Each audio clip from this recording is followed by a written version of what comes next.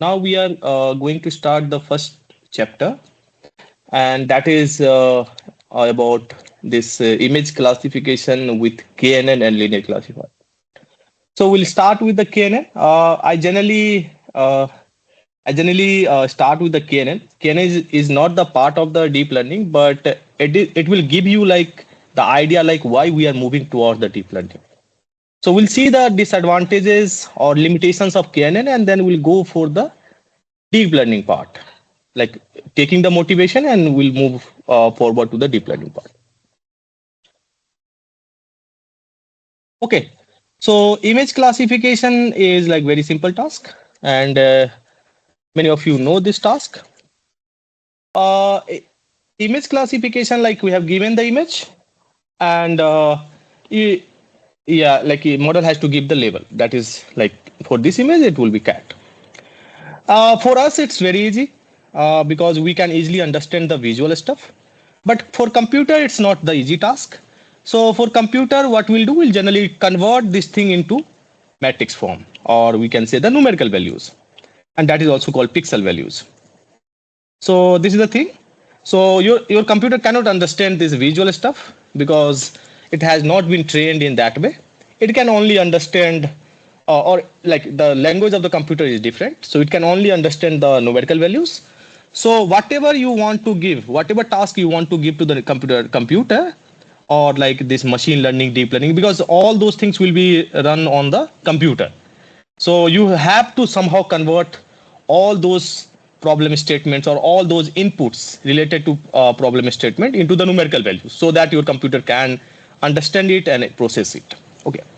So what we do, we convert this visual image into matrix, and this is again one one area where that is called image processing area. So where like a lot of techniques are there, like how to convert image into values, and so again that is the prerequisite for this course. So suppose once it is being converted, so now you have like one 2D matrix. Okay. So in actuality, we could be having different type of images like grayscale images or this RGB images. If you just see the past images like maybe 20 or 30 years back images, then that will be like black and white, or maybe 30, 40 years back images that will be like black and white. Now that is one type of images, and that is called grayscale image. Okay. So whenever we have grayscale image, uh, that means we do not have the color there. Okay. So red, green, blue colors are not there. So that images can be represented by one 2D matrix. Okay. So you can represent, you can just convert those images into 2D matrix. And in this 2D matrix, every value, this, that is called pixel. And every value can take a range of like it is it lies in the range. Okay. And that range is between 0 to 255. So every value in this image or every pixel of this image may have values between 0 to 255. And whenever 0, that means black. So 0 means that part is, or that particular pixel is totally black. Okay, like this. This is totally black. So here at this point, we'll be having 0. And 255 means totally white. So maybe some of the parts which is totally white, that could give you 255. Okay. So in this way, like we are arranging the values in the 2D matrix. And that 2D matrix is the representation of the image, a visual image. Now, nowadays, you see like we have colorful images.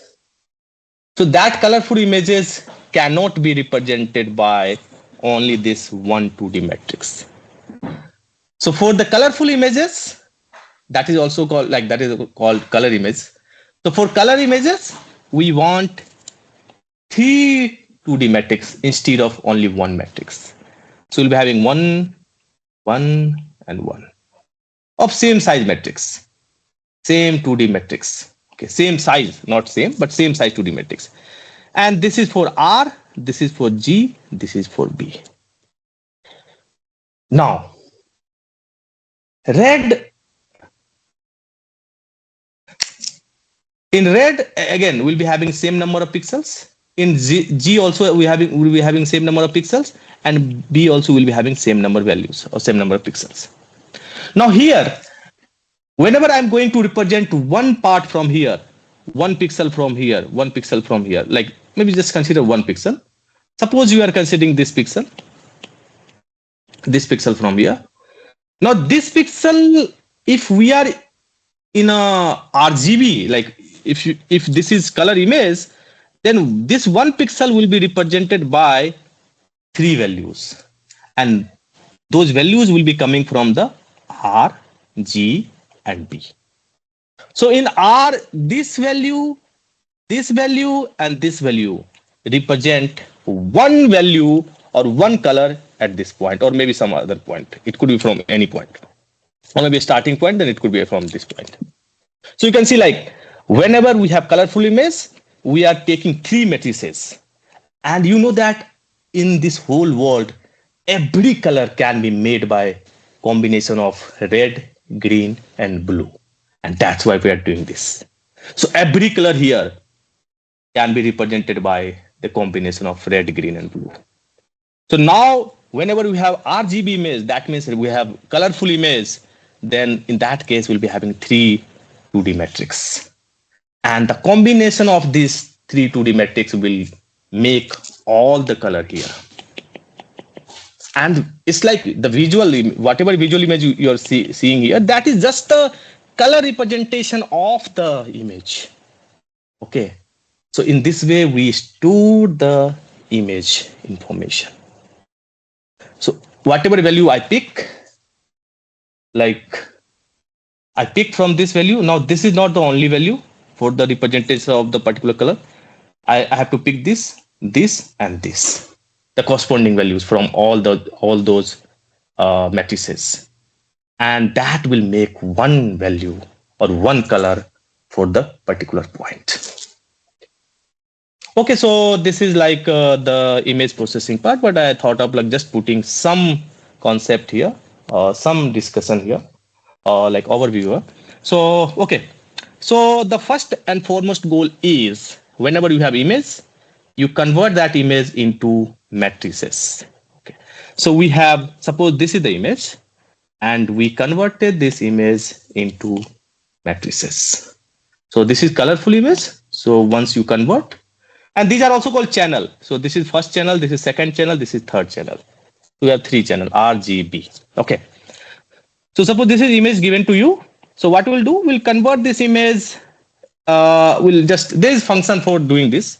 So just read this image, and it will convert this thing into this dimensional matrix. So we have one 2D matrix.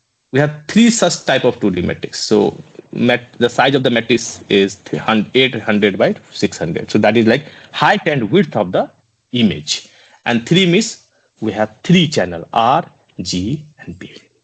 So in this way, we represent the matrix, RGB matrix or colorful image. Okay. Now, you know, like we already have discussed that your computer, you have to give this thing to the computer, because your computer can only understand the numerical values. And at the end, it like, no, if you just convert into numerical values, then it like computer can process it, and it can also convert into the binary values. So from numerical to binary is easy task, and that computer can do. Okay, but from here to here is the difficult task, and that's where we have to do a lot of things. We have to apply a lot of translator here, a lot of techniques here to convert this thing into this. Once this is done, now you give this thing to the computer, your algorithm, and it will solve, or you just give to the machine learning, deep learning, it will solve the problem. It will give you the required thing. But this is not the easy stuff, even for the computer.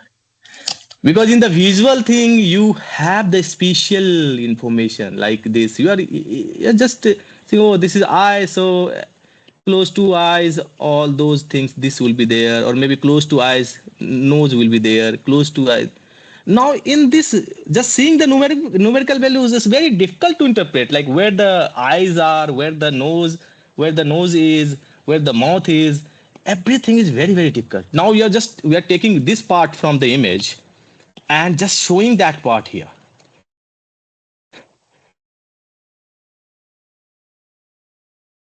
Okay, so we are taking just seeing this part from the image, and if just opening this part, and if you just open this part, it's like a full set of values.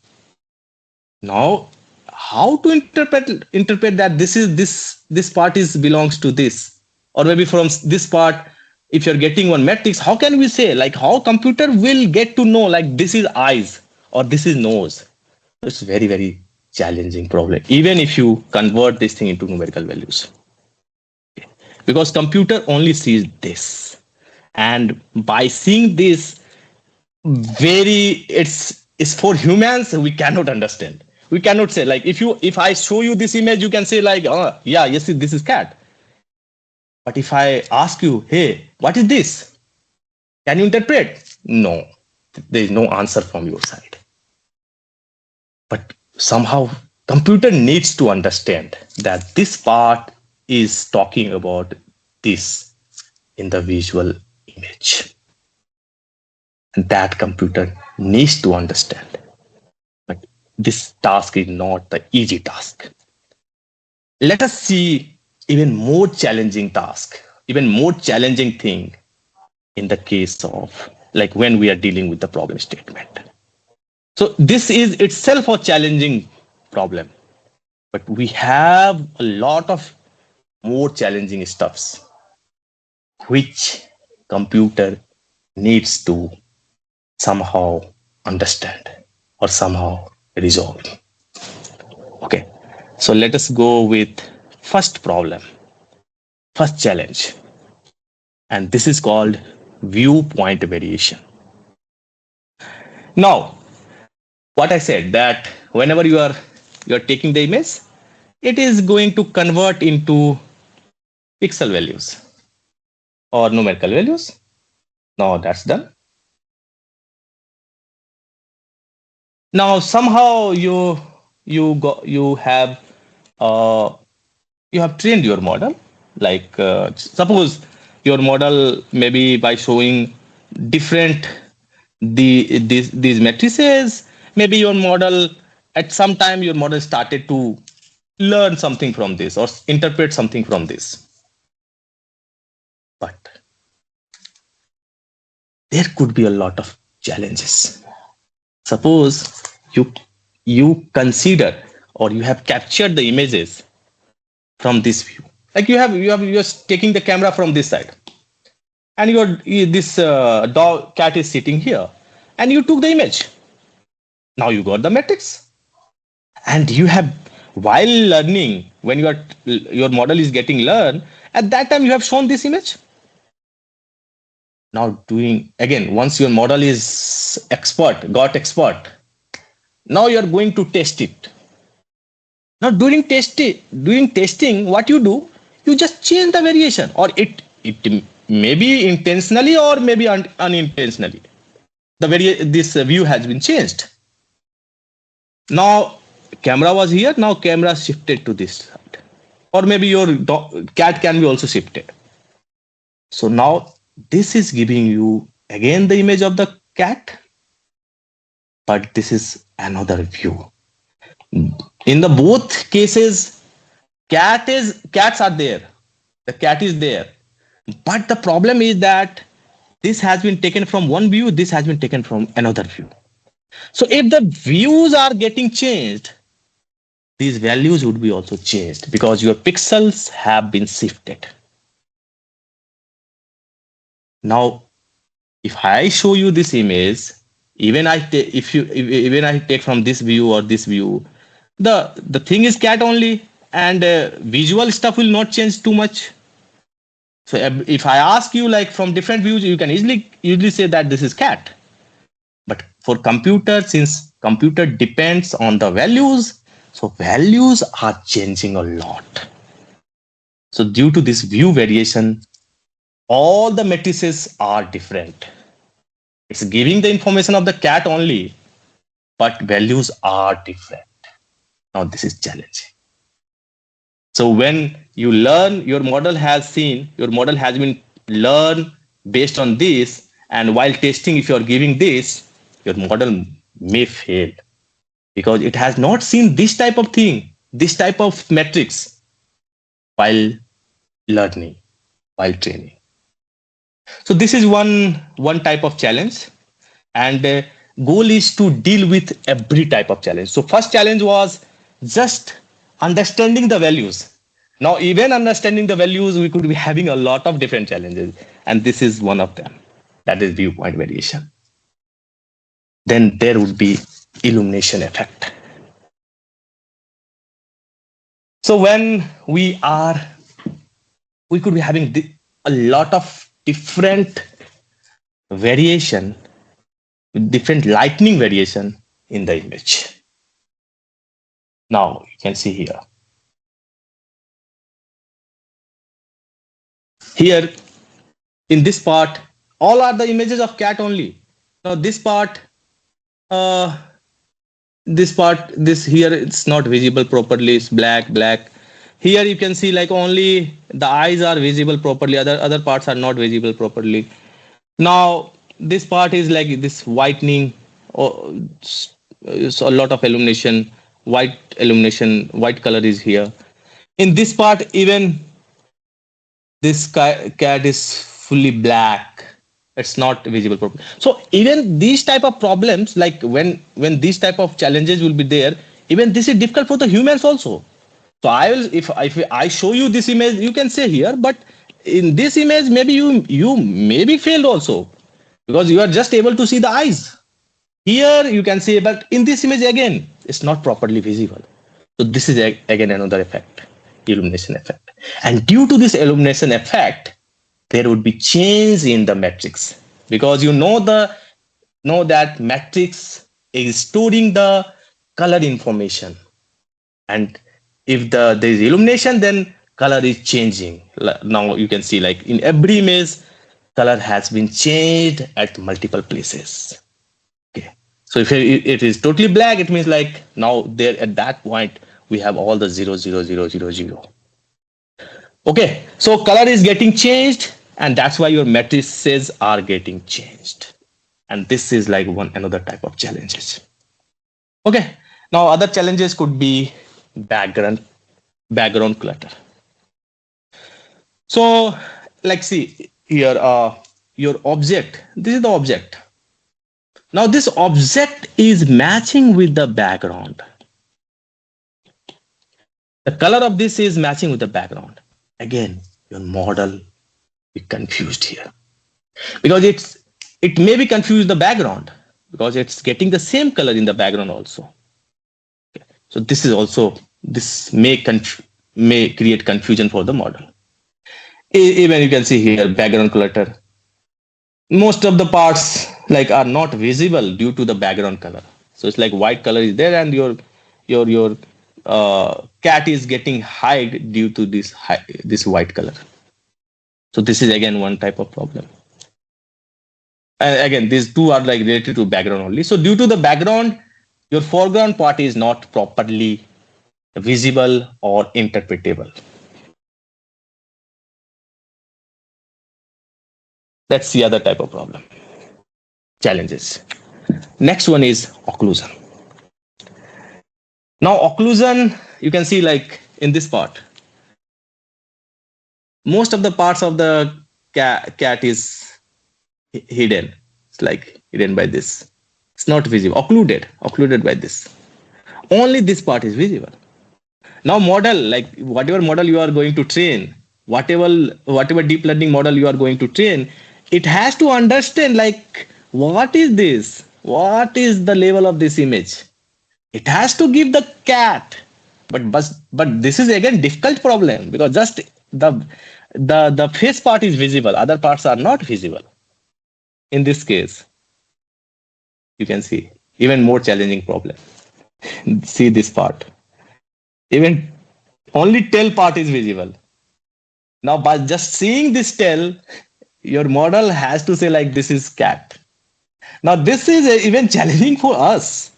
If I give you this image and if I ask you like what is there, what is this, you may confuse because this type of tail can be confused like with some other animals also. It could be like the similar type of tails can be of other animals also. So you can see like what the level of challenges are there. Even converting into numerical value is not the big challenge. That is again, that challenge is there, but there are other challenges which are again more difficult than that. Or understanding the like this numerical values are one type of challenges, but even in those numerical values, we could be having a lot of variation.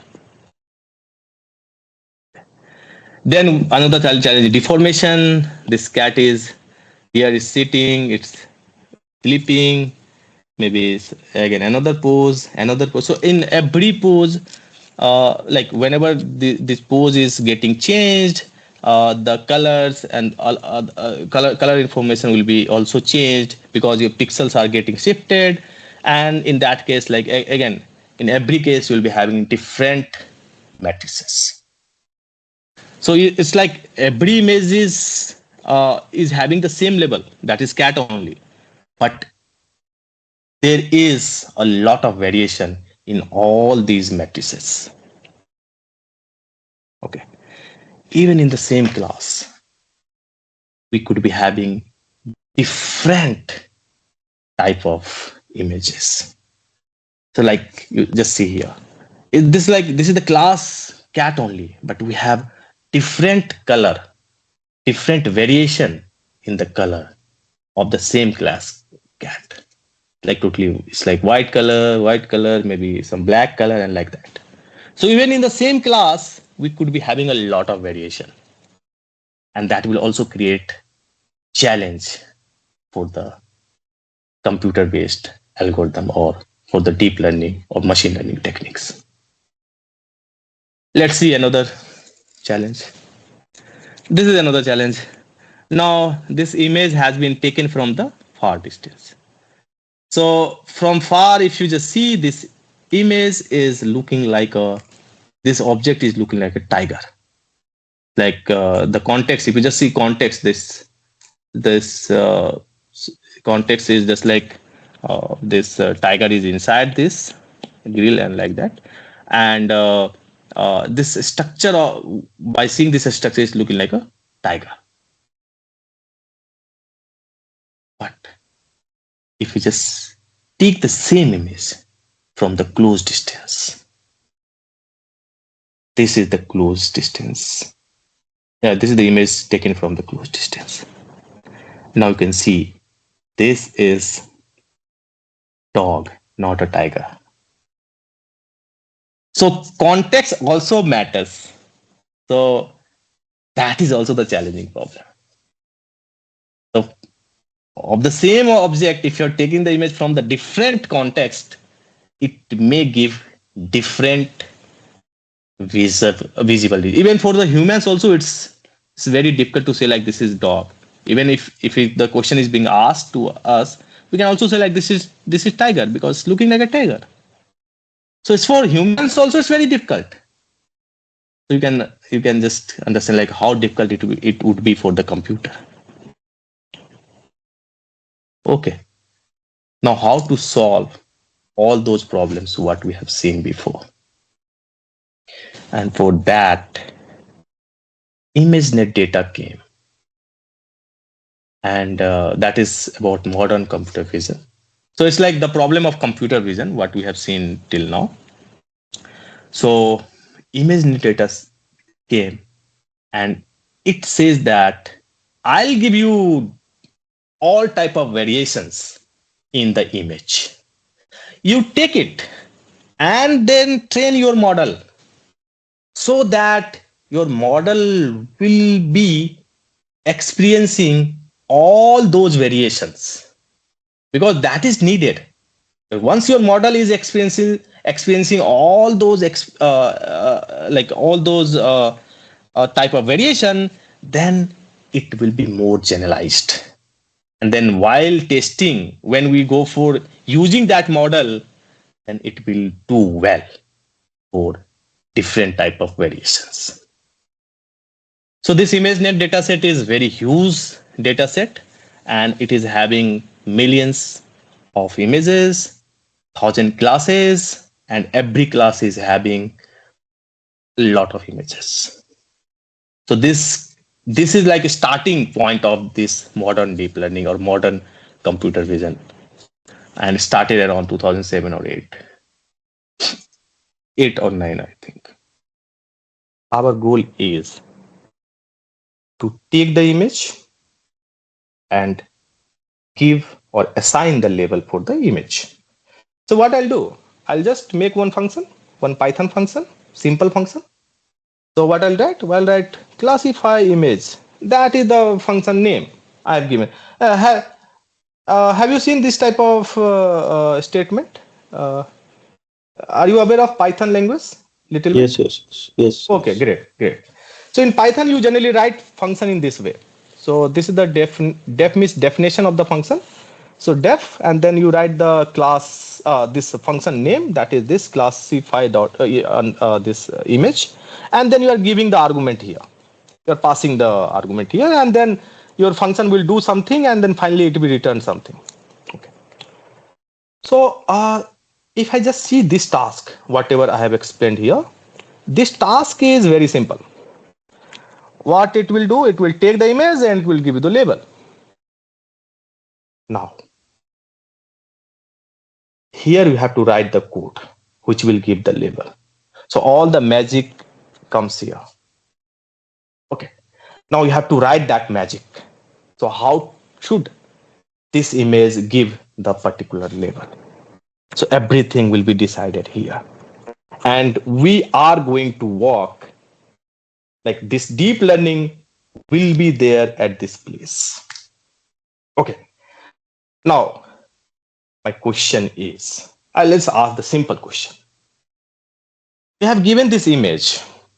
Have you like you already have you must have done some sorting algorithms in your maybe in your in your course. So for example, sorting a list or number, or maybe searching a number. So if I say you like sort a list of number, then what will do? You know the algorithms. You know we have a lot of algorithms like merge sort, quick sort. We have a lot of algorithms are there, and I can just use one algorithm and will give that algorithm and will give this list to that algorithm, and that algorithm will solve this problem. It will give you the sorted number.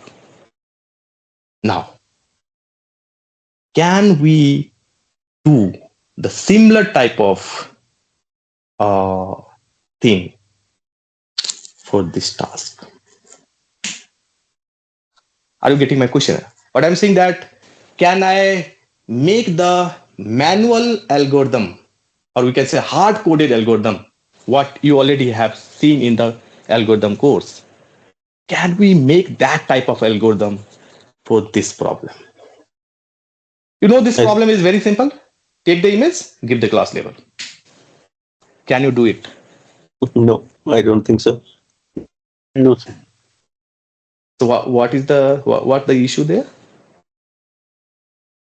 Because we don't know anything actually in the image from which side that has been taken. I mean, Yes.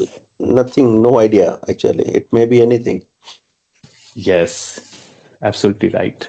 So whenever you are going to design some hard-coded algorithm, your input should be fixed. So whenever I'm saying sort the number, your input are fixed. You're just giving a set of values and given to the model. Now, in this case, your input is not fixed. For the same image, you could be having different matrices, because you are taking the things from the different views, or maybe due to some different variation, you could be having different matrices. So every time your image is getting changed, even that image belongs to the same class or same object. So there is no fixed values in the input. Your values are getting changed every time. And that's why you'll be not able to make any hard coded algorithm for this. And that's why this deep learning and machine learning came into the picture. Okay, so people have done something in the past. They have attempted to solve this problem in an algorithmic way, but they did not get success in a proper manner. So this was the initial effort. So what people have done, they took the image and they got some edges from the image. As means like the the point where your values is getting changed, your pixel values is getting changed. So if you find the edge, you'll getting this type of stuff. So it's giving all the lines where at that line, it's giving all the lines like where at every point your values is getting changed drastically, and that's why you're getting these are edges. Now what they applied some algorithms and they got these edges, and then from these edges they tried to this find the corner point like this, and then they applied some algorithms for taking the decision, like doing the classification. So here these are like manual steps, fixed steps, and they did this thing, but they did not get success. Why? Because this corner point can be changed. Sometimes it is here, sometimes it might what like the corner point that you are taking here. It may be the center point in some other case. Okay, so that's where this idea they thought of this idea, like why not we should do some hard coded algorithm, why not we should apply some hard coded algorithm, but it did not work. Now if the manual things or hard coded algorithm does not work, then you have to think a step, or we have to think beyond that. And that's why this machine learning came into the picture. So since we know that we cannot make the fixed algorithm, then we have to learn it. So we have to somehow make the machine to learn that uh, type of input for taking the decision. Okay, so let us see the machine learning, how machine learning works and what are the steps. So let us go with the data-driven machine learning. That means we are approaching to the deep learning only, okay? Because you know that in the traditional machine learning, we have to do the feature extraction, then we have to do the classification. But we are not following that. We are going with the new machine learning technique. And this is also called data-driven approach because it is fully dependent on the data. Okay, so just see the data. And data means like all the samples. In this case, suppose we are taking the example of images, then all the images what we are going to show to the model or show to the algorithm or show to the machine learning algorithms, those images will be called as a data. So first and foremost goal, whenever you wanted to train some model, first and foremost task is collect a data set. Okay. So suppose you are solving the image classification problem or image labeling problem. So what we'll do?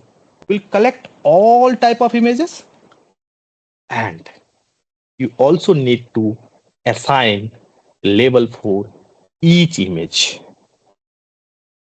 That also you need to do, because while training, your model is not the god. Initially it will make the mistake, and these labels will help the model to correct it. So it will, these labels, these are like actual value, actual class of all these images. So while training, you need both the things, images along with the actual labels when you are going to train the this machine learning technique for the classification. Now the next goal is use machine learning algorithm. So you just take one algorithm from the machine learning or deep learning and train a classifier. Once your classifier is trained, so just like suppose some clients wants to solve some problem, and so what he will do, he will just assign the problem to the particular candidate, and suppose you are solving that problem. So what you will do, you'll collect the images, you'll collect the labels. Suppose you are solving the classification problem, so you'll collect the images, you'll collect the actual label. Okay, so these are like manual tasks, collecting images and giving assigning labels to the images. And then you'll train the machine learning algorithms. You'll just use the machine learning algorithm, and you have to train the classifier. Classifier is something which will classify. Now this classifier will be trained on these images and labels. And once this is being trained, now you have to evaluate it. That means you have to give that thing to the client. Now client will check whether whatever model you have developed, whether that model is working well or not. So he'll be having some new images, and he will take your model, your expert model, and then he will do the evaluation. And if he's happy, like if he's getting good result, then it's fine. What he will do, he will just deploy that model on the edge devices. Otherwise, again you have to retrain it. Again you have to retrain it. Maybe you need more data set, you need more images, more labels, and like that. So this is the way of training the data-driven machine learning technique. Now,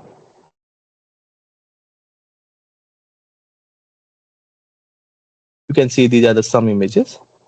So actually, this whatever data set we are going to see here, that is not ImageNet data set. It is CFAR10 data set, and CFAR10 data set is also one data set which is being used at multiple places. And in the CFAR10 data set, we have 10 classes, and every class is having a lot of images, maybe 5,000 or more than that. And these are the classes: airplane, automobile, bird, cat, deer. And you can see like in every class we have a lot of images. Now these all the images will be shown to the model. So these are like experience. So you are showing to the model so that your model will learn this mapping. So what that mapping is like take the image and give the label. That is the mapping. So model has to learn some function here, which will take the image and give you the label. But for learning purpose, model needs or machine learning algorithm needs a lot of samples, a lot of images while training. So just carefully, if you just see carefully, these all the stuffs. So we have two steps involved here. One is training and one is prediction. So training is like you will be given images, labels, and then you are going to use machine learning here. And machine learning algorithm will be shown these all the images and corresponding labels, corresponding like actual class label, and then your machine learning will learn. So it will see all these experiences, okay, and based on that experiences, your model will learn. So based on all those samples and corresponding labels, your model will learn. Now this part will be doing in a very depth manner.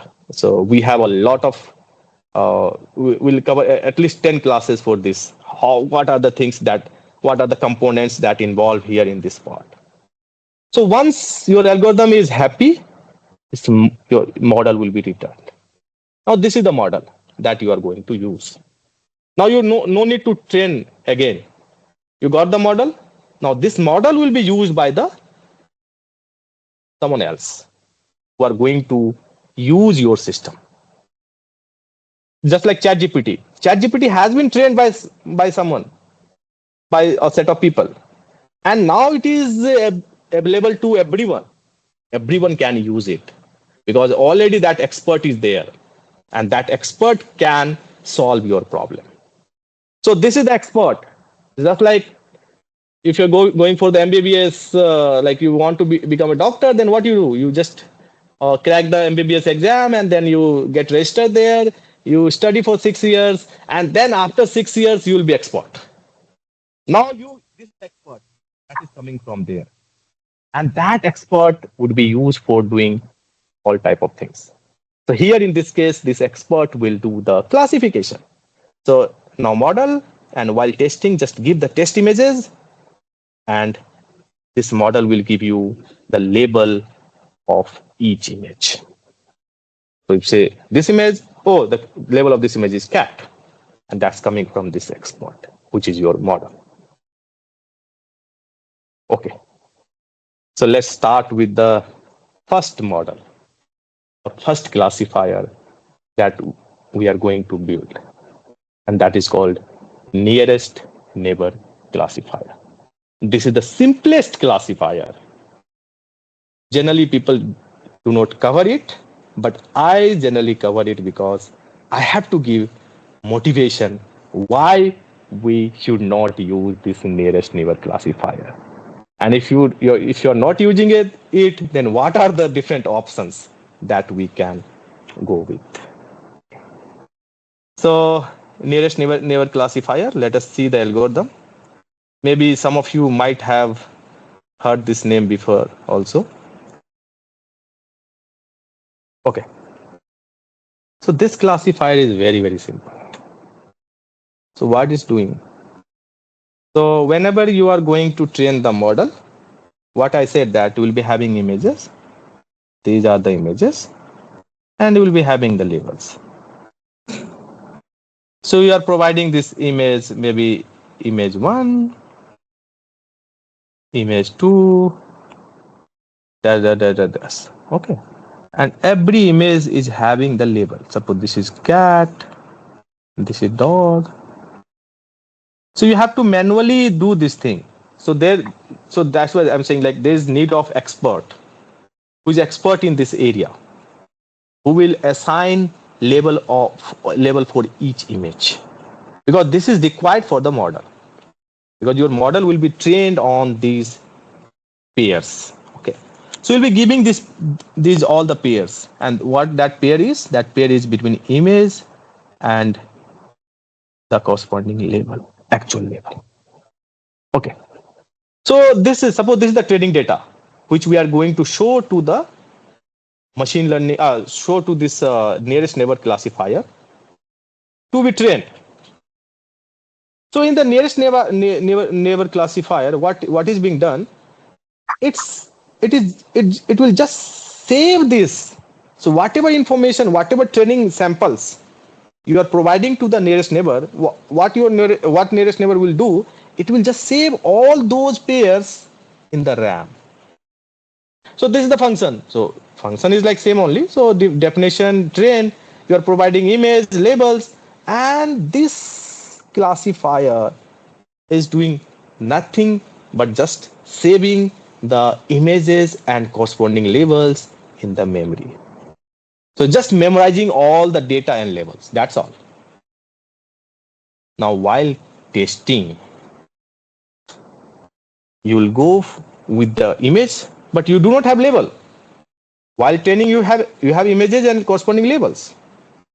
But testing time, during testing, there is no label of the image, because your client is not having any label. He is just having images, and he will give images to the model. So you got this model, and now you are going to give the test image to the model. Now this test images, now this model will give the labels of all the test images using this model.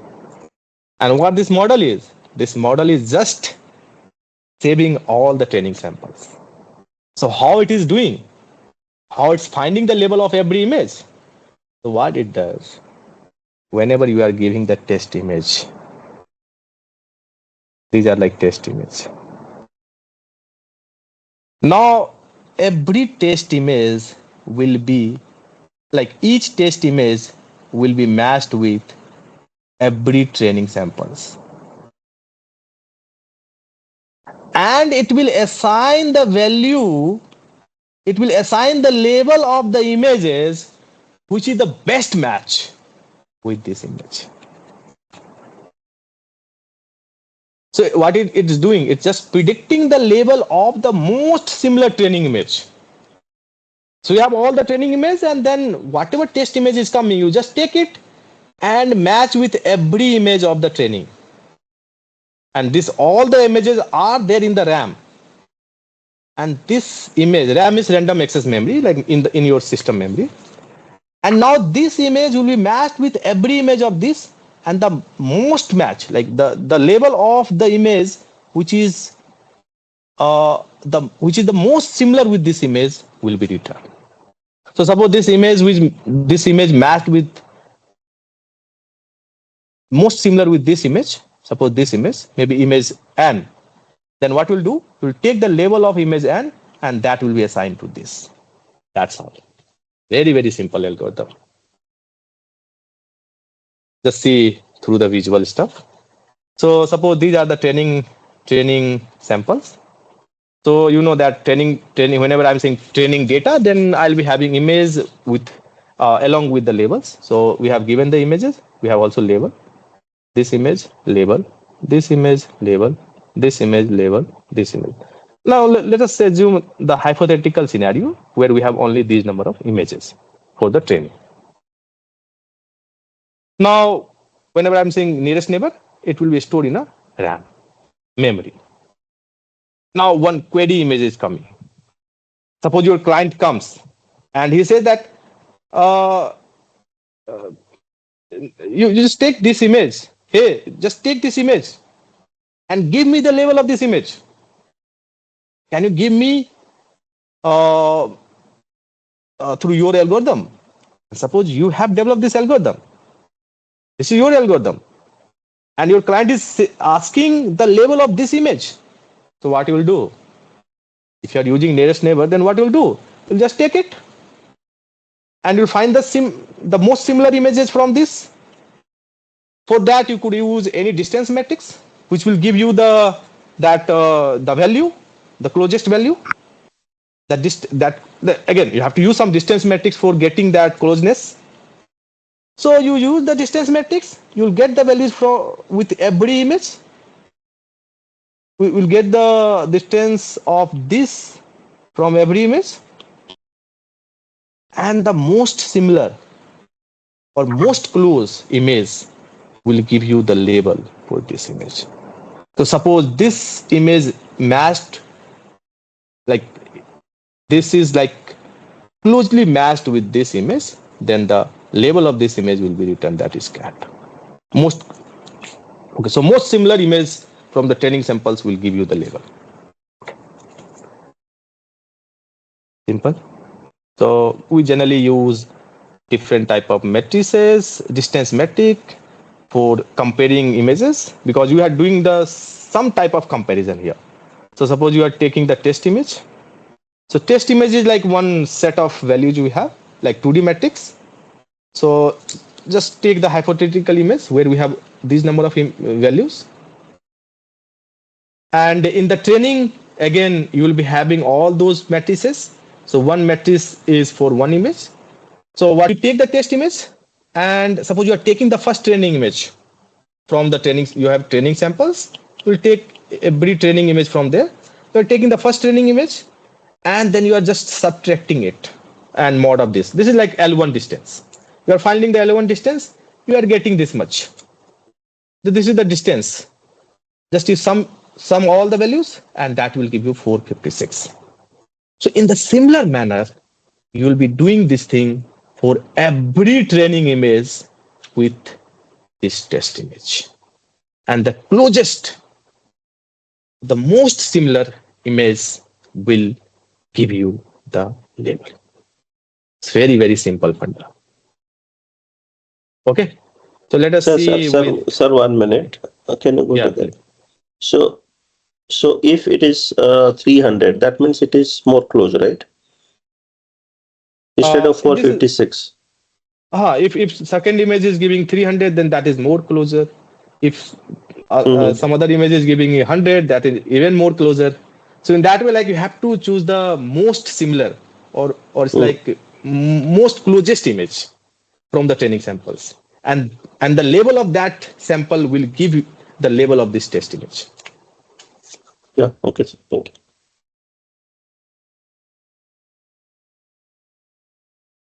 you. So just see the algorithm in Python. Again, so that's why the starting only I said that sometimes I'll be also touching some of the coding aspect, but not in a great detail, but in a like I'll just give you the overview of that. So this is the Python code for the nearest neighbor, what we have discussed. You have to again, most of the time you'll be using NumPy. That is one package of the Python, which is mainly for the scientific computation, which will provide all type of arrays and all type of different efficient functions which can be applied on the arrays or matrices. Okay, so again we are going to create this classifier. So what we'll do, we'll just create the class classifier nearest neighbor. So the name of the this we are just putting these all the things in a particular class. So we are just assigning class and giving the name of this class is nearest neighbor. Now this class will contain all the things, all the functions, all the variables, everything will be put in the particular class. Now this is the training part. So what I said, that when I'm talking about training is nothing but just storing the information, just storing the images and labels in the memory. That's all. So whenever I'm going for the training, what I'll do, I'll take the training images from the data set. I'll take the corresponding labels from the data set. So all those images are X and all those corresponding labels are Y. And we'll just put this X and Y into the variables or into the memory. That's all. Training is done. Now let's go for the testing. Now this is the testing. The testing is like slightly tedious task compared to the training. Training is very, very easy. While testing, you have to compare every test image with like each test image with every training image. Okay. So suppose you have number of, this is the total test images. So what we'll do, you will apply the loop over this. So you'll access one image at a time, one test image at a time. Suppose your clients are giving you 100 images. So you have to test each image at a time. So you take one image from this, and then what you'll do, you'll just find the distance of that image with every image of training. And where the training images are, your training images are there in the X. So you are just, what you are doing, we are just taking this test image. What I say, yes. So this is your test image. So you are taking the first test image, xi, and then you are subtracting this with every training images. So this flexibility is there in the Python, in the NumPy, like you can subtract one test image from every training image in a single line, and which is happening here. So this test image will be subtracted from every training image. Okay. And then you are just finding the absolute value of this because you are applying the L1. And then you are doing the summation, np.sum on the axis 1. That means you will be getting what? You will be getting n number of, because you have n number of training images. So you'll be getting n number of 2D metrics. And then, so n number of training, you have n number of samples. And for every sample, you will be doing this operation, excel this the corresponding training sample minus the test sample or test image, and every operation will give you one matrix. Now you are just summing this. So this is like axis 1, this is axis 0. So axis 0 is like number of samples, number of training images, not samples, number of training images. Now for every training image, you want to get the total distance with respect to test image. This is the thing, this overall thing. And that is happening in that line. So it will give you one vector. So this distance, whenever you are getting distance is like one vector, where you will be having all those distances. So this is training image 1, 2, 3, and so on. And you are getting the distance, the sum of distance of test image with every training image in this line. And then what you have to do? You have to find the minimum one, because minimum will give you the closest image with respect to test image. So this line is np.argmin distance. So what it's doing? It's finding the closest distance or minimum distance among all these distances. And it's not returning that value. Instead, what it's returning is returning the corresponding index value. I'm not interested in the minimum value. Instead, I'm interested in the index of the minimum value, because that index, I can use it to get the label of this image. Because this is the image number. So I'm interested in the image number. Okay. So this line will give you the image number, which is giving the minimum distance with respect to test sample. And at the end, what we'll do, we'll just extract that the label, because you know that your label is in YTR, self YTR. So you just give the minimum index, just give the image number here. So from YTR, at that location, you will be having the label of that particular image. Okay, so suppose you got image number 10. So what you are doing, you are just extracting the Y of 10. Means the Y of 10 will give the label of the image 10. And that is assigned to the test image. So in this way, like it will be going in an iterative manner. Did you get this KNN? Did you understand this KNN? This is the only. Yeah. This is the KNN. So we already have finished the KNN. Okay. So now let us come to the main point. Because this coding, all the things you can easily do, you can easily interpret. But let's come to the theory part. Now, what you feel? Whether this algorithm is good. Can you say like this algorithm is good? For the large data set, it will take much more time, so not efficient. Okay. So you're saying that time will be the issue. Yeah, time complexity will be Other thing there. is memory storage also is an issue. Memory storage. Only using RAM, so it's an issue, yeah. Yes. So this problem is having two major concerns. One is space complexity. It is taking space order of n, because every training image should be stored in the RAM. So suppose you have millions of images, trillions of images, you do not have that capacity RAM. You cannot store that. So in real, for solving real world problem, it's very difficult to store that amount of data. That's the one problem. And another problem is time. And where the time is involved, do you have, what about training time? How much time it is taking while training? Constant time. Yep. Now let's come to the testing. How much time it will take while testing? Suppose we have n number of images in the training. How much time it will take? You might have learned this thing in algorithm course. Let us assume order of n. It could be like some some values will be here, maybe some 3 or some cn will be there, c of n. Okay, because while testing, you have to apply a loop. And that loop, what that loop will do, it will compare each test image with every training images.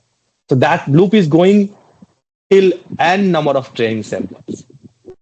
So you know that if loop is from 0 to n, and if you're doing some operation there, that will take order of n time. So it's taking order of n time. Are you going to accept this model, which is taking order of n time while testing?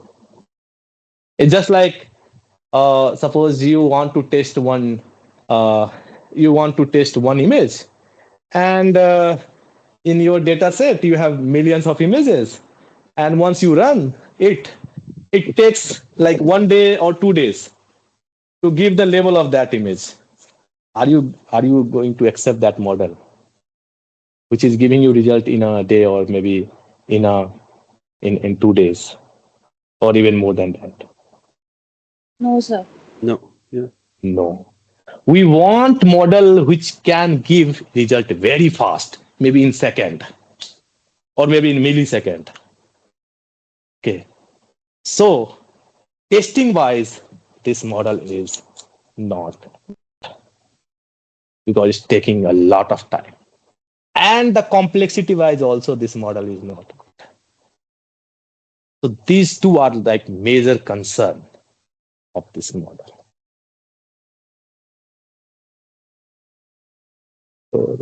Okay. Some of the methods, actually this area is very old.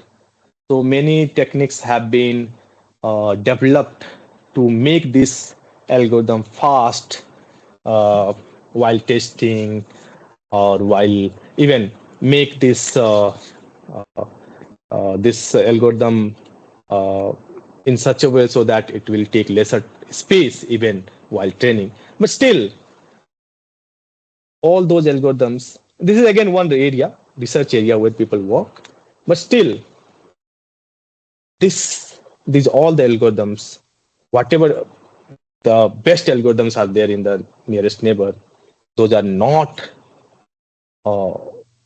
we can say, acceptable models in real time. But again, if someone is interested in this area, they can jump into this area, they can read out multiple papers and find it out, like what are the new techniques and what are the techniques which are like new in that area, or maybe we can say like those are like evolving techniques in that area. So if you plot this, I'll just come to this part.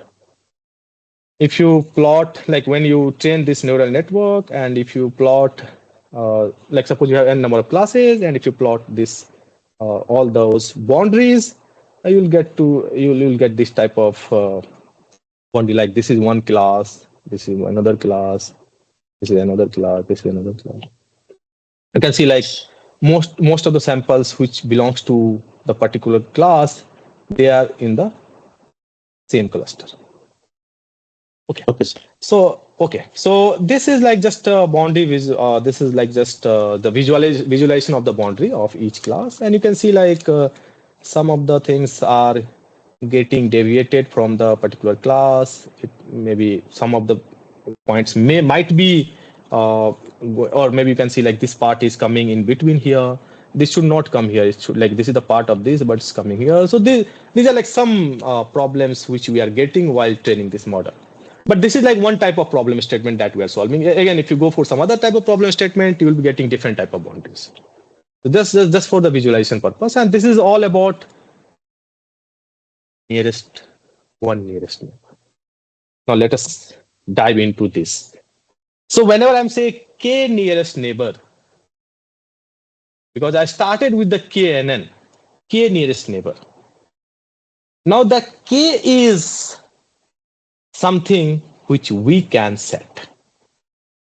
So whenever I'm setting k equal to 1 nearest neighbor, it means I'm only relying on the closest neighbor, or only one neighbor, which is closest to me. So whenever I'm going to test one image, I'll be checking every training image, and then I'll take the closest training image, and whatever level is assigned to that image, that will be my level also. So I'll just take that level and will assign to me also. So this is called one nearest neighbor, because I'm only taking the help from the single neighbor. But we can change this k, because whenever k is there, it means that is a variable, and variable can be changed. So now instead of k equal to 1, if I take k equal to 2, what will happen? What I'm trying to do? So we are searching for nearest to two levels. Two levels. Or whenever I'm saying k equal to 3, that means I'm searching the 3 nearest neighbor. Yeah. And then we are deciding the level of, because the goal is to decide the level of this test image. And for the deciding the level of this image, I took the help from the k number of training images. Suppose k equal to 3, then it means like I'm taking the 3 nearest neighbor from the training samples. Suppose this is giving cat, this is having label dog, and this is having label cat. Then what I'll do? I'll take the majority of this, the majority class from here. And if you just carefully see, you can say like majority of these neighbors are saying that class level should be cat, because 2 of them are saying cat. So what I'll do, I'll just assign cat class to this test image. That's all. Now you can set any values for this k. And whenever so that means if I'm putting 5 or 7, then more accurate prediction it may be. Maybe right, maybe it might be. It might be. It may be wrong, it may be right also. If it is going beyond the cluster, then it will be wrong. If within the cluster, then it will be right. That depends on the number of samples that you are having. Yes. Yeah. Yes. So okay, now I understood. Yeah. So this k is called hyperparameter. So whenever things are in our control, that is called hyperparameter. That means like we are going to set that value. And then we have to fix like which k is most suitable for this particular problem statement or particular classifier. Okay. So again, we'll do experiment with k, and this is like one experiment that has been done. And what they observe, like when they are taking k equal to 1, this is the boundary that they are getting, k equal to 3, 5. So if you are increasing the k, the distance between every boundary is getting far, and that is good. It's like good sign, like we are getting the better approximation of the boundary. So if there is gap, then it can easily differentiate between different classes, and that is happening here. But this is for one scenario. Maybe in some other scenario, result would be different. Result could be different. Okay.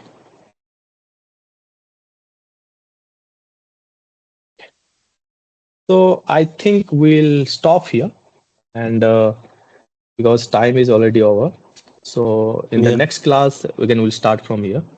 So any questions? Quick question, sir. Yeah, please. How do we predict this? Like k is equal to 1, as you said that boundaries are very close or overlapping, and as we increase, we get some gap as we interpret it. But what it actually indicates, is it like this color coding is indicating different categories? Yes, color is saying different category. They are different classes. Thank you, sir. Thank you. Thank you. Very interacting session, sir. Thank you so much. Yeah. Thank you. Thank you, sir. Thank you. Thank you. Thank you, sir. Thank you, sir.